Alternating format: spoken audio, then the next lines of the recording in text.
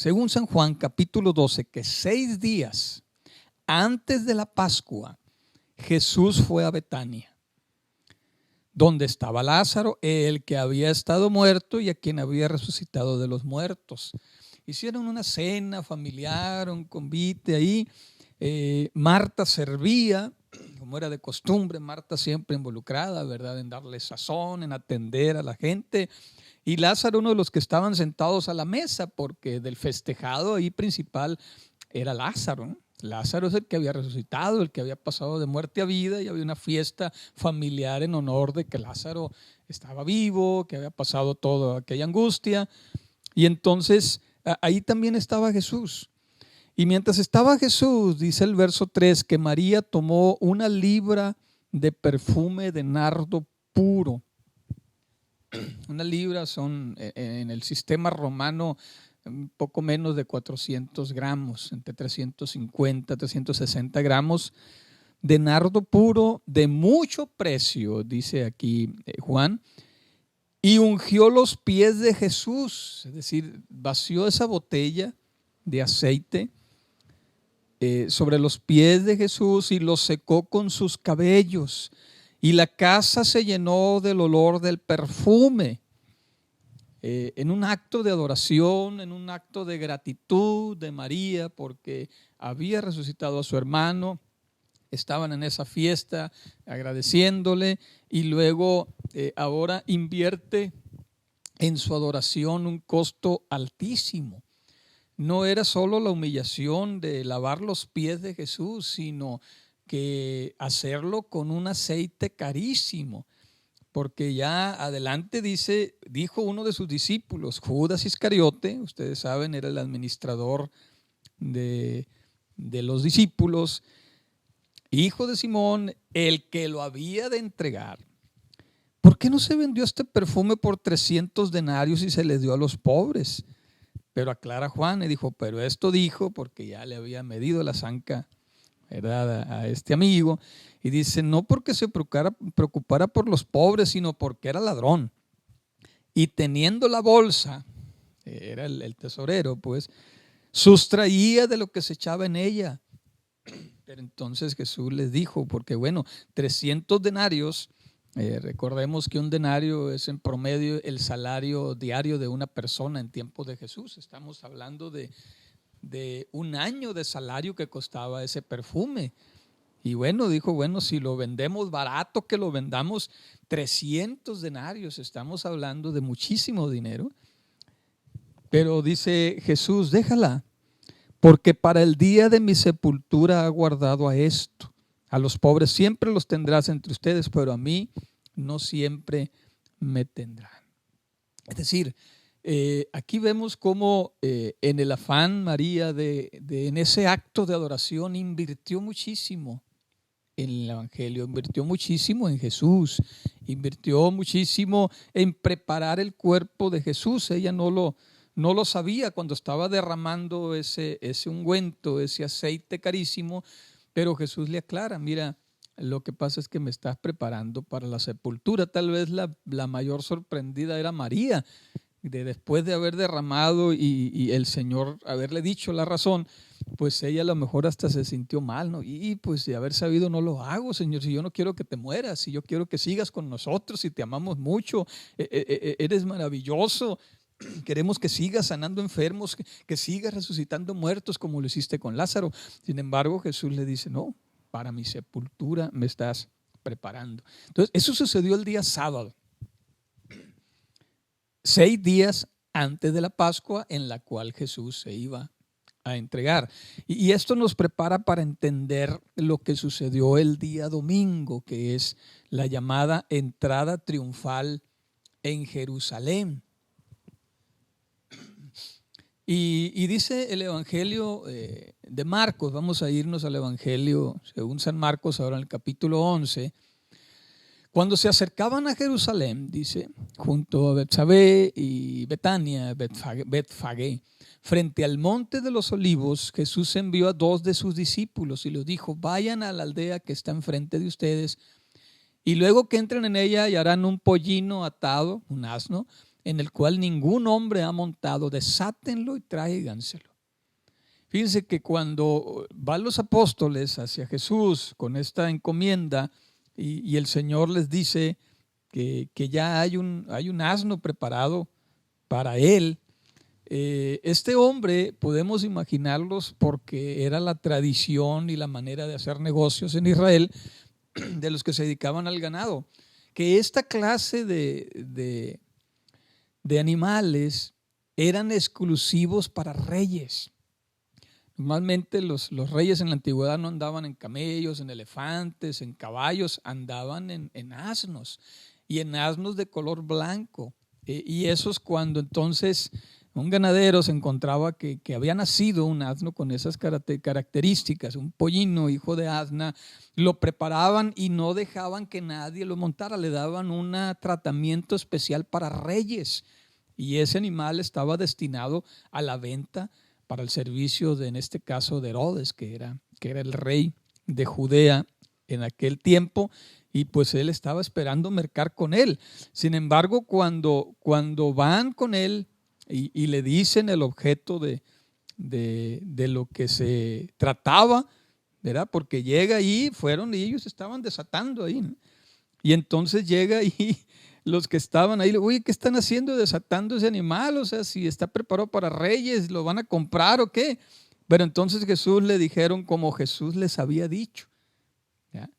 Si alguien les pregunta, ¿por qué hacen esto? Díganle, el Señor lo necesita y luego se los va a devolver. Y bueno, pues dijeron, si el Señor lo necesita, pues adelante, porque esas personas entendían que Jesús era destinado a ser el rey de los judíos. Ellos lo veían en la línea mesiánica de que Jesús se iba a instalar literalmente en el trono de David, que iba a derrotar a Herodes, que iba a echar fuera a los romanos, a Pilatos, que iba a instalar el reino de Dios en la tierra, y decían, no, pues nosotros queremos ya que se siente en el trono. Y ellos reconocían que Jesús era ese rey que estaban esperando.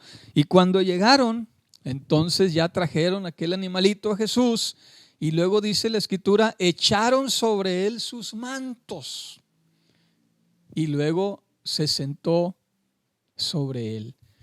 Ahí sus discípulos estaban quitándose la capa, que era una señal también de reconocimiento a los reyes. Cuando pasaba el rey, la gente tenía que quitarse la capa y tirarla, ¿verdad? En señal de sumisión, en señal de reconocimiento.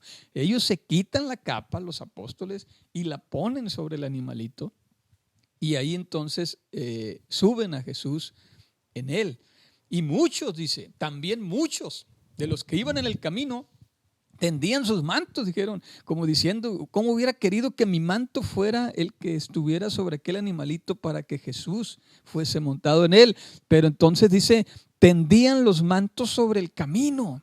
¿Te puede imaginarse la escena? Jesús entrando, la gente tirando sus mantos, y luego quien no encontraba ya cómo agradarle, cómo reconocerle, pues recuerden que era la primavera y las ramas de los árboles estaban frescas, entonces cortaban ramas de las palmeras y las tendían en el camino. Y ahí va Jesús, sentado como un rey sobre un asna, sobre un pollino de asna, un animalito exclusivo para reyes. La gente reconocimiento, los que iban delante, los que venían detrás daban voces diciendo, Hosana, Hosana, bendito el que viene en el nombre del Señor, bendito el reino de nuestro padre David que viene. Ellos veían en Jesús como rey. Hosana en las alturas. Y Jesús entró en Jerusalén, y luego de ahí, cuando entró a Jerusalén, luego entró al templo, y luego miró alrededor todas las cosas, y como ya anochecía, dice, se fue a Betania con los 12. Fíjense, hermanos, qué maravilla tenemos aquí en esta narración. Se está recibiendo a Jesús como un gran rey, se le está recibiendo como una experiencia que contrasta con la realidad que iba a suceder de su martirio. La gente quería verlo instalado como rey. Esos gestos de bienvenida usted los puede encontrar en 2 de Reyes capítulo 9, verso 13, cuando al rey Jehú lo instalan rey. No hallaron más cómo improvisar un trono los soldados ahí cuando ya lo proclamaron el ejército que le había dado la victoria, y luego hicieron, ¿verdad?, un trono improvisado, y tendieron sus mantos y les echaban ramas cuando entronizaron al rey Jehú. Era lo mismo, esa es la costumbre que tenían para los reyes. Pero ahora la entrada triunfal, pues se le llama triunfal porque la gente esperaba ver entronizado al rey, a Jesús de Nazaret. Tenían ellos esa esperanza, por eso lo cantaban: bendito el rey que viene en el nombre del Señor. Bendito el reino de nuestro padre David. Fíjense cómo lo tenían visualizado. Y bueno, pues era una fiesta que se recibía al Rey de Reyes. Y aquí cabe ya una pregunta, mis queridos hermanos. Por un lado, vamos a estar haciendo una serie de cuestionamientos a todo esto. Yo les dije que iba a ser más o menos interactivo, y yo les pediría también que nos pregunten, que se atrevan a preguntarnos aquí, sea necesario a través de la página, de algún medio. Pregunten los temas que gusten que abundemos, o encárguenme tarea, ¿verdad?, si no me la sé. Pero quiero regresarme tantito al momento cuando Jesús es ungido un día antes, el sábado. ¿Y cuánto le costó a María su adoración? No sé, eso es producto, el tener un perfume de ese tipo implica una gran inversión. Usted puede calcular cuánto gana en el año y échele pluma todo lo que gana, todo lo que ahorró en un año, y eso represéntelo, materialícelo y diga: esto es el equivalente de lo que María le ofrendó a Jesús. Entonces, ¿cuánto cuesta ser adorador?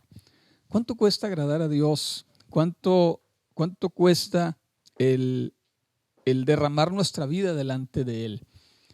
Y eso nos habla, hermanos, de no escatimar cuando se trata de adorar a Dios. Es cierto, a veces vienen las cuestiones muy humanas y quién administra esto y cómo estoy seguro que hacen un buen uso. Bueno, es cierto, son palabras muy humanas y se vale.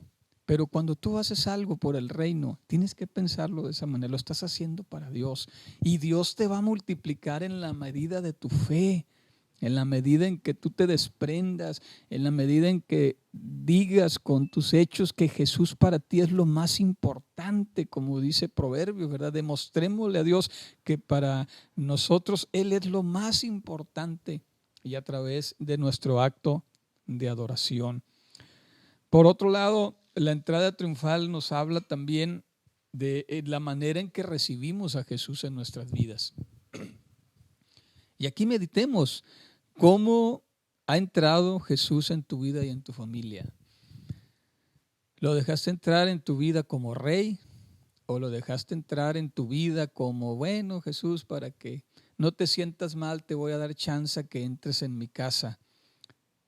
Pero más aún, ¿lo mantienes todavía en el trono de tu reconocimiento? Te quitas la capa, te quitas el sombrero delante de Él para decir: Señor, tú eres el Rey. No solamente de labios lo digo, sino de hecho eres el Rey de mi vida, eres el Rey de mi familia. Fíjense que cuando nosotros entregamos nuestra vida a Cristo y le reconocimos por primera vez como el Rey, dice la Escritura, Lucas 15:10, que los ángeles hicieron fiesta por mí. Es decir, cuánto le agrada a Dios y cuánto el cielo entero se agrada cuando tú y yo recibimos a Jesús como lo que es Rey. Y eso produjo una gran fiesta cuando yo como pecador me arrepentí. Y así es cuando la persona reconoce la grandeza y el inmenso inmenso amor que Dios ha mostrado hacia nosotros. Pero por otro lado, La expectativa de la gente no se resolvió ese domingo. Eso se celebraba el día de ayer, por eso la tradición le llama el Domingo de Ramos, ¿no? Por las ramas, las palmas que echaban sobre él en reconocimiento. Pero el punto aquí es que ellos esperaban que se sentara en el trono, pero estaban dejando por un lado algo muy importante. Ellos solamente estaban viendo el llenar su expectativa. Pero dice también Éxodo capítulo 12, cuando fue la Pascua, que el día 10 del mes tómese cada uno un cordero según las familias de los padres, un cordero por familia, el animal será sin defecto, macho de 1 año lo tomarán de ovejas o de las cabras. El domingo previo a la Pascua, es decir, 5 días antes de la Pascua, el domingo anterior al día viernes, que era cuando se celebraba ya la fiesta en su plenitud, desde el jueves a las 6 de la tarde y todo el viernes y el sábado. Pero aquí ese era el día en el que el pueblo de Israel tenía que seleccionar al Cordero. El día que Jesús estaba siendo recibido como rey, era el día también en que los israelitas estaban seleccionando el corderito. Me decidí por ese es el que voy a presentar, aunque lo estuvieron preparando desde 1 año, tal vez tenían 1 o 2 opciones y dijeron, no, este es el que vamos a ofrecer. Este es el que vamos a ofrecer. Y lo seleccionaban y sin embargo lo que nadie notó es que Jesús estaba entrando en Jerusalén para ofrecerse él mismo como el Cordero, para ofrecerse él mismo, como dijera Isaías en el capítulo 53, como Cordero. Fue entregado delante de sus trasquiladores y enmudeció y no abrió su boca. Él se estaba presentando no como el rey, aunque lo era, pero no para hacerlo literalmente en el trono de David y derrocar a los romanos. Él estaba presentándose como el Cordero de la Pascua. Había en la Pascua, recuerden que la fiesta, eso lo explicaba ayer en el culto, en la fiesta de la Pascua los israelitas tomaban el Cordero, donde ellos trasladarían sus pecados literalmente en esa oración, en esa ceremonia, para que entonces al derramar la sangre del Cordero ellos tuvieran perdón para ellos y su familia. Pero ahora Jesús estaba ofreciendo, es decir, Él vino a ser el Cordero Pascual perfecto. Y sin embargo, nadie notó eso. Nadie pensó que Él venía en ese plan. Todos esperaban a Dios en su majestad, en su plenitud. Y es también donde nos enseña, hermanos, que Dios no solamente está en el viento recio, como cuando Elías estaba esperando la manifestación de Dios, ¿verdad? Dios no siempre está en el terremoto, no siempre está en el fuego, no siempre está en el alboroto. Ahí en el caso de Elías dice que se manifestó en medio de un silbido apacible, en algo que es casi impercibible. Ahí también está la presencia de Dios. No lo pudieron distinguir en medio del alboroto, las palmas y todo lo que se desencadenaba, porque ellos querían ver entronizado a su Mesías. Y nadie escuchó el susurro leve de Dios diciendo, he aquí el Cordero de Dios que quita el pecado del mundo. La enseñanza que 3 años y medio antes les había dado Juan cuando bautizó a Jesús en el Jordán. Hay uno detrás de mí que es antes que yo y del cual no soy digno de desatar las correas de su calzado. Él los va a bautizar con Espíritu Santo y fuego. Pero luego dijo, cuando lo vio llegar, he aquí el Cordero de Dios que quita el pecado del mundo. Esa enseñanza había quedado ya 3 años y medio atrás, pero nadie la recordaba ya. porque a veces queremos ver a Dios solamente en el tumulto, en el alboroto. Tal vez esa sea también algo que Dios nos quiera mostrar. Dios no solamente se mueve en todo lo que hacemos alrededor de nuestro templo, del culto, donde nos reunimos 200 gentes a adorar, y la música y el ruido y el vaivén y las alabanzas y la danza y todo lo que hacemos. Pero pocos percibimos que Jesús también quiere estar ahí, en el interior de nuestra recámara.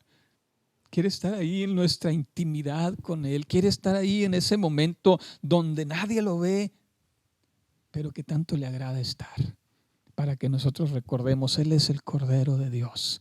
Él vino y se ofreció. Eso sucedió el día domingo, y me fascina lo que dice Mateo en capítulo 21, Juan 12, donde dice, hacen referencia a Zacarías 9, verso 9: alégrate mucho, hija de Sión, da voces de júbilo, hija de Jerusalén, he aquí que tu rey vendrá a ti. Él es justo y salvador y humilde, cabalgando sobre un asno, sobre un pollino, hijo de asna. Y fíjense que el rey aquí ya lo manifestaba Zacarías, no en su majestad, como Salvador, humilde, como alguien que vino a dar su vida voluntariamente por nosotros, como lo dijera cuando tenía ese diálogo con los apóstoles: es necesario que el Hijo del Hombre sea entregado en manos de hombres pecadores, y le decía, no, Señor, primero nosotros. Pero entonces Él les decía, no teman, nadie me quita la vida. Yo tengo el poder para ponerla y tengo el poder para volverla a tomar. Yo debo de hacer esto, para esto vine. Esa es la razón de que me haya humanado. Vine a dar mi vida por ustedes, y que podamos conocer no solamente la majestad del Rey, sino que veamos el rostro del Salvador humilde que viene a entregar todo por nosotros. Todo esto sucedió el día domingo.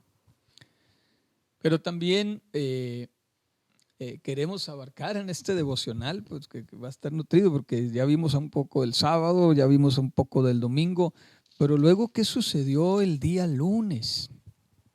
Porque ese día ya no se entronó Jesús, pues entró a Jerusalén y la gente decía, ya, ¿qué va a hacer? Estaban en la expectativa, rodeados de las autoridades, de los soldados romanos, esperando que se armara una sedición ahí, un levantamiento, y todos tensos. Y al último Jesús aparece en medio de ellos y se va al templo, observa todo el templo y luego se retira otra vez a Betania. Y la gente, y el rey, ¿y dónde estaba todo esto? Los soldados romanos, qué bueno que no hubo alboroto. Los fariseos, ¿verdad? Y el Sanedrín, la vimos cerca, y más conspiraban en matarle, en darle muerte. Pero bueno, Jesús se apartó otra vez, no era el momento. Entonces allá pasa la noche en Betania, y al día siguiente, narra Marcos en el capítulo 11, ya estamos en el día lunes, que es el día de hoy, pues. Y el día siguiente, cuando salieron de Betania, tuvo hambre. Sin duda alguna había pasado la noche en oración, como acostumbraba hacerlo, y tuvo hambre. Y viendo de lejos una higuera que tenía hojas, fue a ver si tal vez hallaba en ella algo. Pero cuando llegó a ella no halló nada sino hojas, pues no era tiempo de higos. Entonces Jesús dijo a la higuera, nunca jamás coma nadie fruto de ti. Y lo oyeron los discípulos y vinieron a Jerusalén. Me detengo ahí porque luego viene otro evento, pero en este evento Jesús tiene hambre y va a la higuera. Aquí yo he visto dos interpretaciones que comúnmente se dan. Una es de que ya estaba floreciendo la higuera, pero que todavía no daba el higo. Pero resulta que la higuera da primero el fruto y después las hojas. Entonces, como da primero el fruto, y al ver una higuera con hojas, dice, ya tiene higos, no estás esperando a que tenga, porque lo primero que florece son los higos. Entonces, si tenía hojas, aunque aquí Marcos declara no era el tiempo de higos, o había ya pasado el tiempo, o esta había florecido contra naturaleza antes de dar los frutos.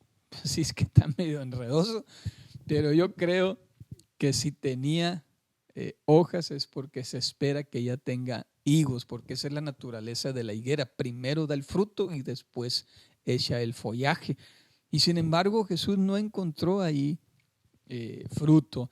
Y bueno, la enseñanza normal que hemos entendido creo que es muy válida, porque Dios espera no solamente de nosotros, ¿verdad? Que nos veamos muy bien. A Dios no le importa tanto, ¿verdad? La apariencia de piedad que podamos hacer, la imagen que podamos vender de nosotros. Jesús ve lo que hay en el interior. Y por eso para el apóstol Pablo era muy importante, más allá de lo que se ve por fuera, le interesaba más el fruto del Espíritu, lo que produce dentro de la persona. Y ahí se habla, pues podemos enlazar esta enseñanza con el fruto del Espíritu, que es amor, gozo, paz, paciencia, benignidad, bondad, fe, mansedumbre, templanza. Y luego reitera el apóstol Pablo, contra esas cosas no hay ley. Porque ese es el fruto que Dios espera de nosotros, más que lo de fuera, el follaje, lo bonito que aparentemos, llevar una vida de piedad. El Señor no le apantalla eso, de hecho lo vemos en esta enseñanza. Bueno, dice, si se parece que este es un cristiano muy bueno, la apariencia está ahí todo, mira, todo indica, pero ahora vamos a ver qué hay en su interior. Vamos a ver qué hay ahí en la intimidad de su casa. Vamos a ver cómo trata a su esposa, a sus hijos. Vamos a ver cómo se relaciona con los demás. Vamos a ver si es un hombre íntegro que habla en verdad. Ya irnos a la persona en sí, el fruto, que es lo más importante para Dios más que la apariencia. La apariencia es buena, ¿verdad? También, porque pues si había ahí follaje, pues quiere decir que había frutos. Pero oh sorpresa, puede haber follaje sin haber fruto. Y en el caso de la higuera, puede haber fruto sin haber follaje. Porque primero sale el fruto. Primero en esta planta da los higos, y después que da los higos, entonces empieza a crecer el follaje para protegerlo y darle sombra y todo lo que implica. Pero primero el fruto, primero entonces, hermano, hermana, es el fruto en tu vida. Preocúpate por lo que hay dentro de ti. Preocúpate porque el Espíritu Santo obre en ti, que lleves una vida amorosa, que haya en ti fe, paciencia, benignidad, que habla de ser buenas personas, bondadosas, que ayudemos, mansedumbre, que no te aceleres, que la mecha no la tengas muy corta, que seas manso, tranquilo. Dijo el Señor, aprendan de mí que soy manso y humilde de corazón y hallarán descanso para sus almas. ¿Cómo necesitamos ese dominio propio producido por el Espíritu de Dios en nuestras vidas para dar buen fruto, no solamente follaje? Pero bueno, después de eso, después de ver lo de la higuera, y la maldijo, ¿verdad? Nunca más nadie coma fruto de ti. Ahí Mateo lo ve como un solo evento, y Mateo dice al instante la higuera se secó. Marcos lo pone como un evento separado, porque el día de mañana vamos a ver el efecto que se produjo. Al otro día ya se dieron cuenta que estaba totalmente seca desde la raíz. Y bueno, Mateo vio otras cosas, Marcos vio otras, pero mañana se cierra la enseñanza de la higuera. Pero aquí el punto central de lo que sucedió el día lunes es de que después de ahí fue a Jerusalén, entró en el templo otra vez. Ya no estaban las palmas, ya no estaban el asno, ya lo habían regresado, ya no estaba la algarabía, ya no había hosanas, ya no había ese gran culto. Y entrando Jesús en el templo casi desapercibido, empezó a observar lo que se hacía ahí. Y empezó a ver que en el atrio de los gentiles, el templo, vamos a tratar de describirlo en esta semana también cómo estaba estructurado, pero uno de los atrios, el templo era un gran espacio donde había varios lugares también específicos. Había un atrio para las mujeres, un atrio para los gentiles, un atrio para los sacerdotes, y luego ya entraban al área del templo, donde estaba el lugar santo, el lugar santísimo. Pero en el atrio de los gentiles se había armado toda una guasanga. Había mercaderes de todo tipo que vendían y compraban en el templo. ¿Qué vendían?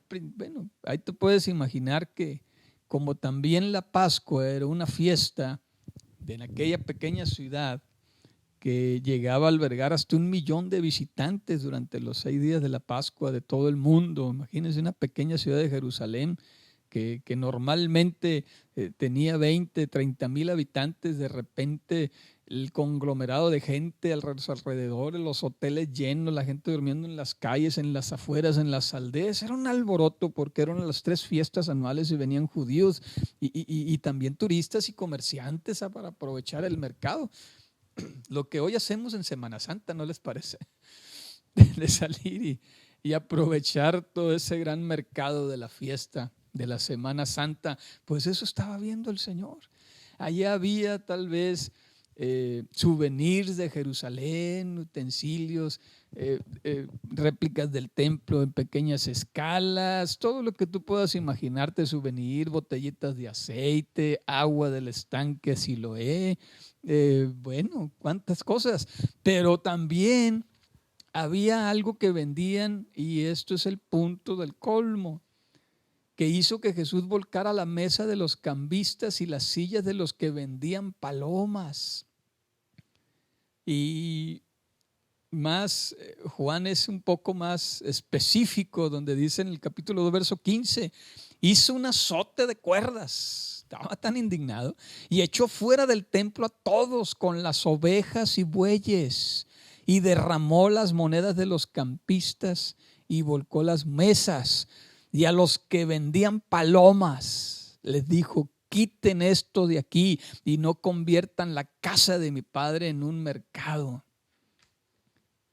Marcos dice: mi casa será llamada casa de oración y ustedes la han hecho cueva de ladrones. ¿Qué estaba sucediendo ahí? No se trataba solamente de un gran tianguis que el pueblo aprovechaba y los turistas para comprar. Creo que es válido en todos lugares, ¿verdad? Hay un lugar turístico donde puedes ir a comprar souvenirs. Ese no era el problema de fondo.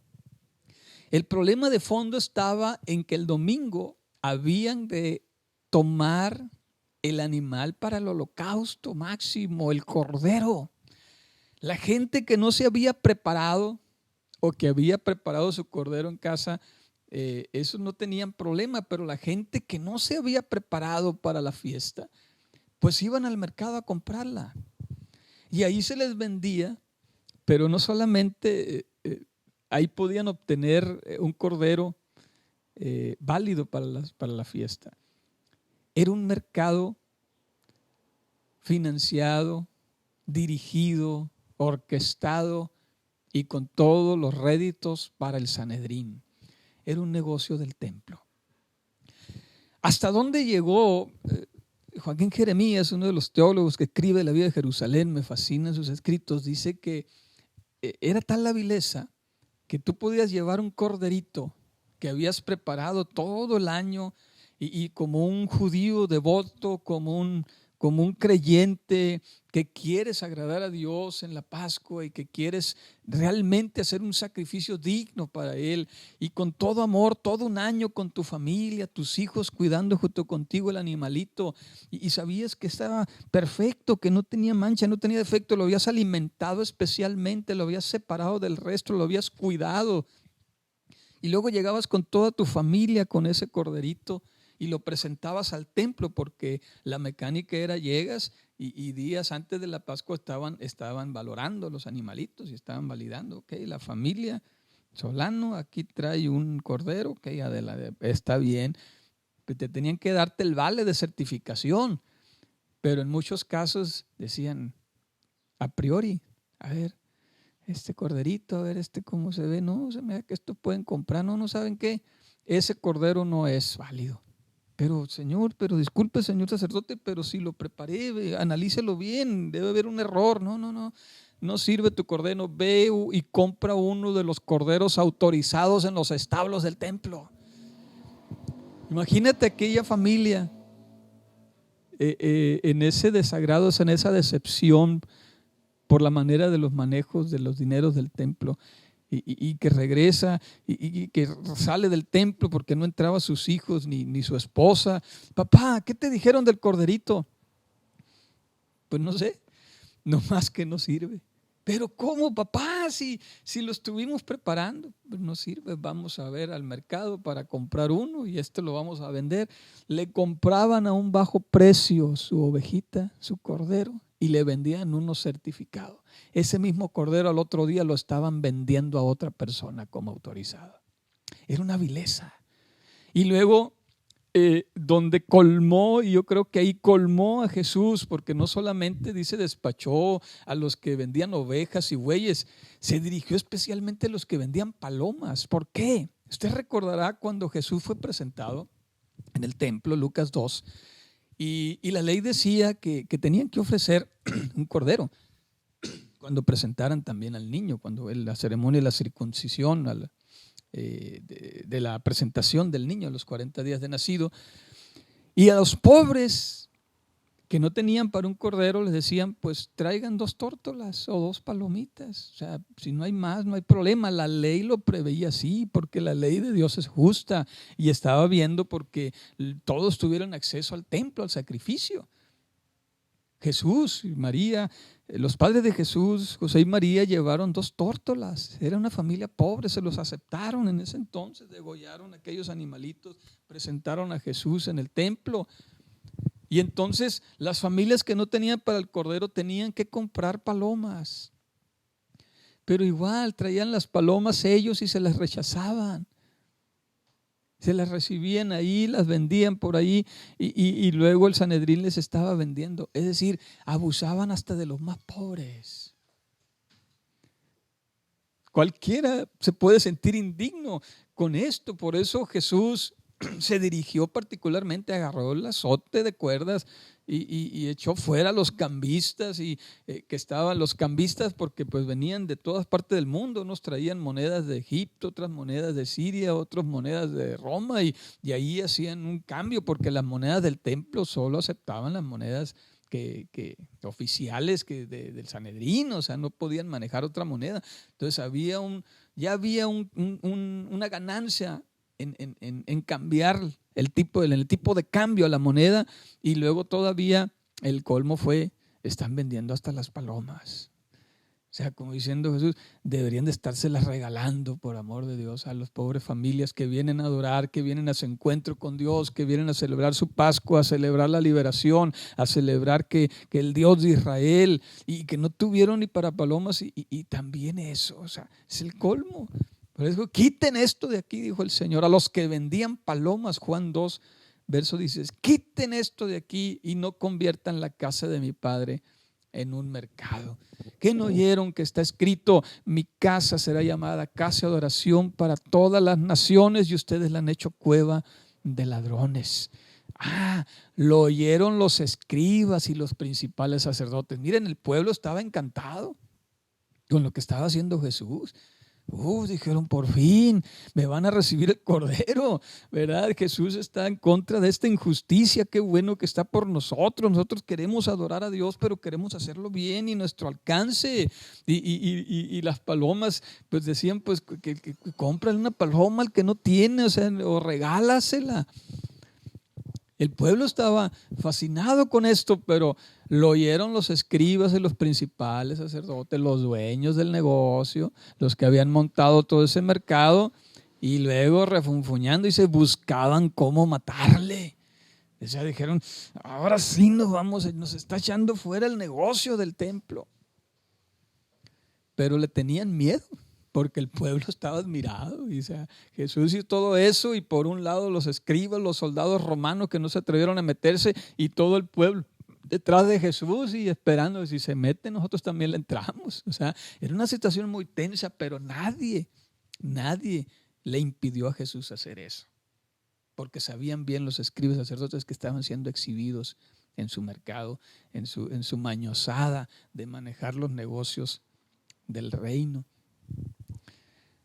Y después de eso sucedió el día lunes. Imagínense la tensión entonces que había en Jerusalén. Después de eso, pues ya la gente decía, ahora sí me irán a aceptar la oveja, voy a ir otra vez con el sacerdote a ver si cambia de opinión, a ver, y a ver quién me regala. Los que entendieron la enseñanza fueron un llamado a misericordia. Caray, pues yo traigo para comprar 10 corderos y a esta pobre familia que no tiene ni 2 palomas, oye, pues le voy a regalar cuando menos para que compre sus 2 palomas.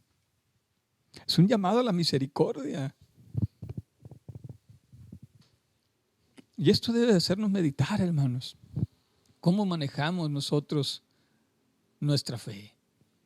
¿Cómo manejamos, hermanos? Y que no nos olvidemos, que no nos pase lo de Israel, de que nos enfrasquemos en tantos programas, en tantas cosas y que descuidemos la misericordia. Por eso es tan importante, hermanos, que no nos olvidemos de hacer misericordia, de hacer justicia, de ayudar al pobre, al necesitado. Esto es tan fundamental. El Señor lo dijo también y lo vamos a analizar en estos días. En Mateo 25, las profecías del fin del mundo que le dijeron también en esta semana en particular. Y Él dice en Mateo 25 que en aquel día el Señor separará como quien separa las ovejas de los cabritos, apartando a su derecha, ¿verdad?, a las ovejas, diciendo bienvenidas, benditas de mi Padre, porque tuve hambre y me diste de comer, tuve sed y me diste de beber. Y esa serie de declaraciones que nos pegan duro, hermanos, porque nos llaman precisamente a la enseñanza de la higuera. ¿Qué hay dentro de nosotros? ¿Qué hay dentro de nosotros? Que mi apariencia es que he sido grandemente bendecido por Dios, qué bueno, pero que el fruto sea comparte de esa bendición con el necesitado. Qué importante, hermanos, es esto y que seamos contados con las ovejas que hicimos misericordia, porque en aquel día el Señor le preguntarán las ovejas, los justos, Señor, ¿cuándo te vimos con hambre y te dimos de comer? ¿Cuándo te vimos sediento? ¿Cuánto, Señor, estuviste enfermo? Y el Señor les dirá, cuando lo hiciste a uno de mis pequeñitos, a mí me lo hiciste. La misericordia. Que nos acordemos que el mensaje de la Biblia es misericordia, quiero más que sacrificio, misericordia. Que no nos olvidemos, hermanos, de esta situación. Bueno, se me está yendo mucho el tiempo, ya casi tenemos la hora, pero teníamos que abarcar sábado, domingo y lo que sucedió el lunes. No, entonces podemos entender, hermanos, que después de esto Jesús pues se va otra vez a Betania. Se va otra vez a Betania y después de estos acontecimientos pues se desencadenan ya otras cosas que vamos a ver el día de mañana.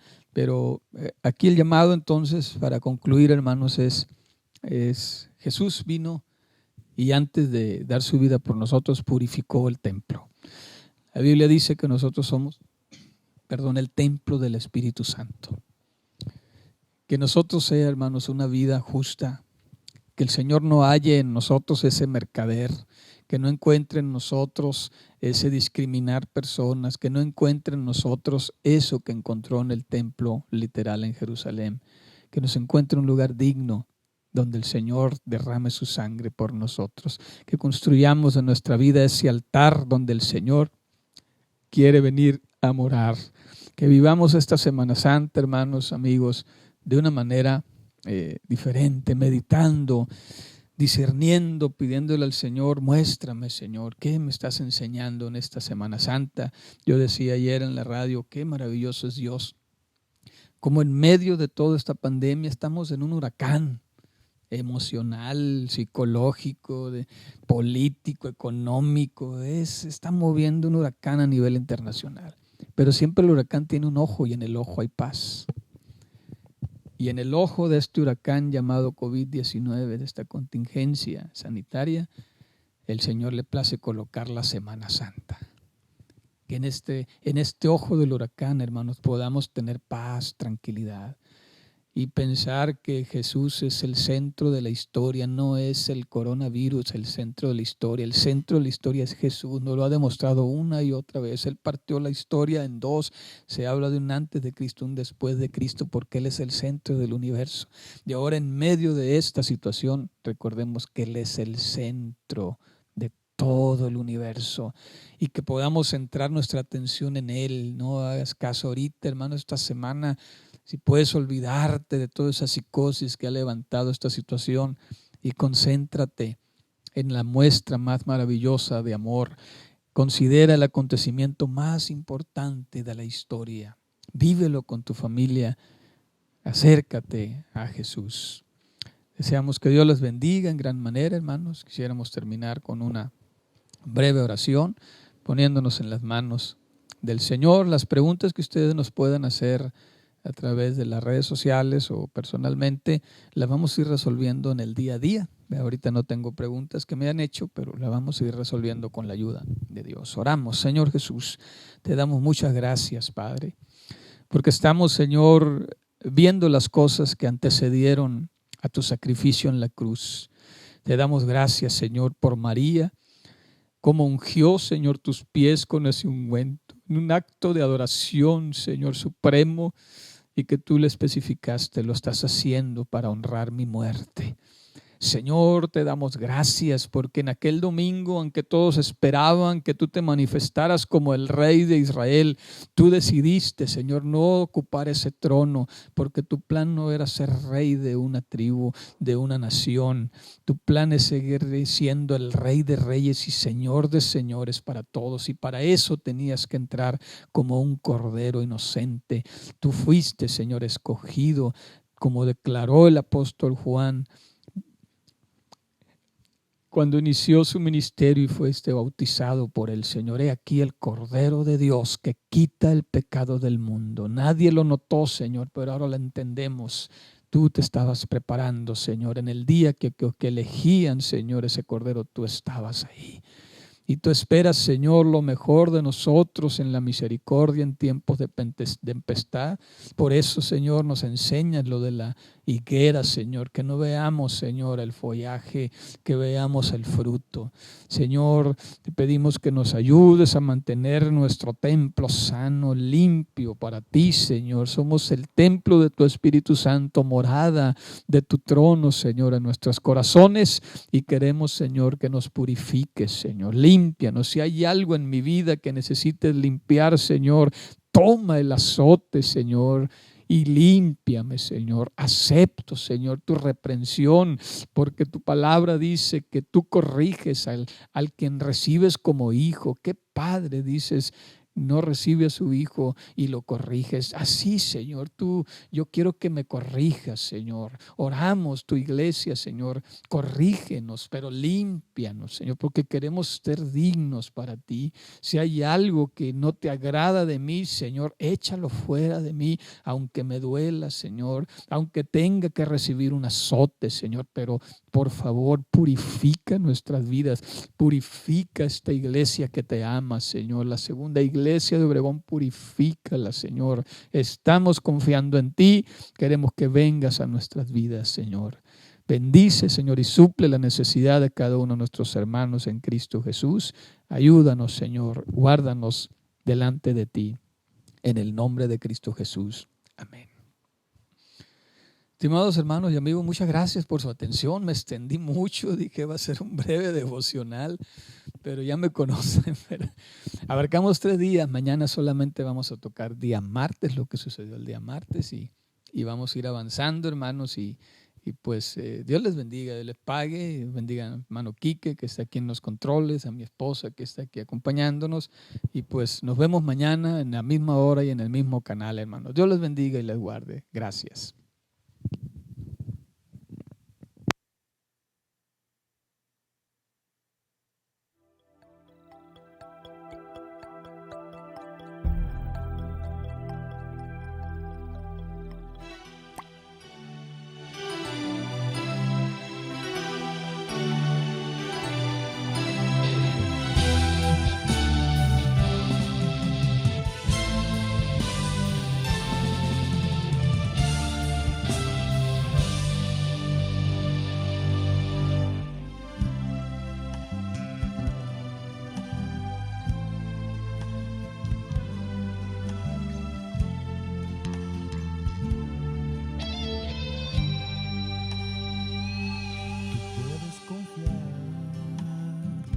sobre todas las cosas,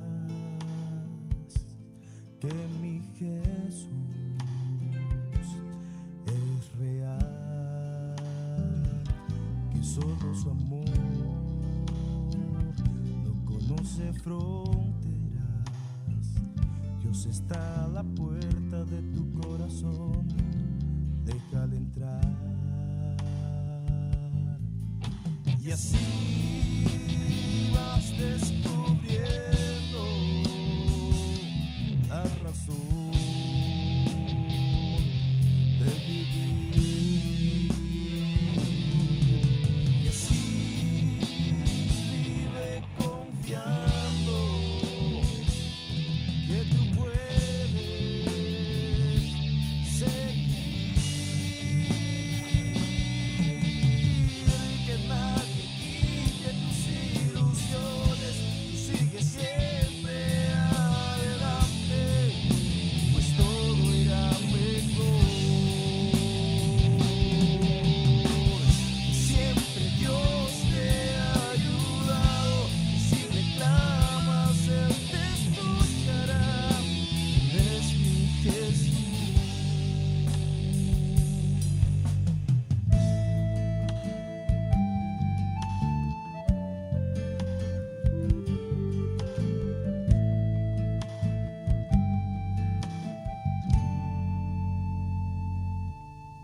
Y así vas descubriendo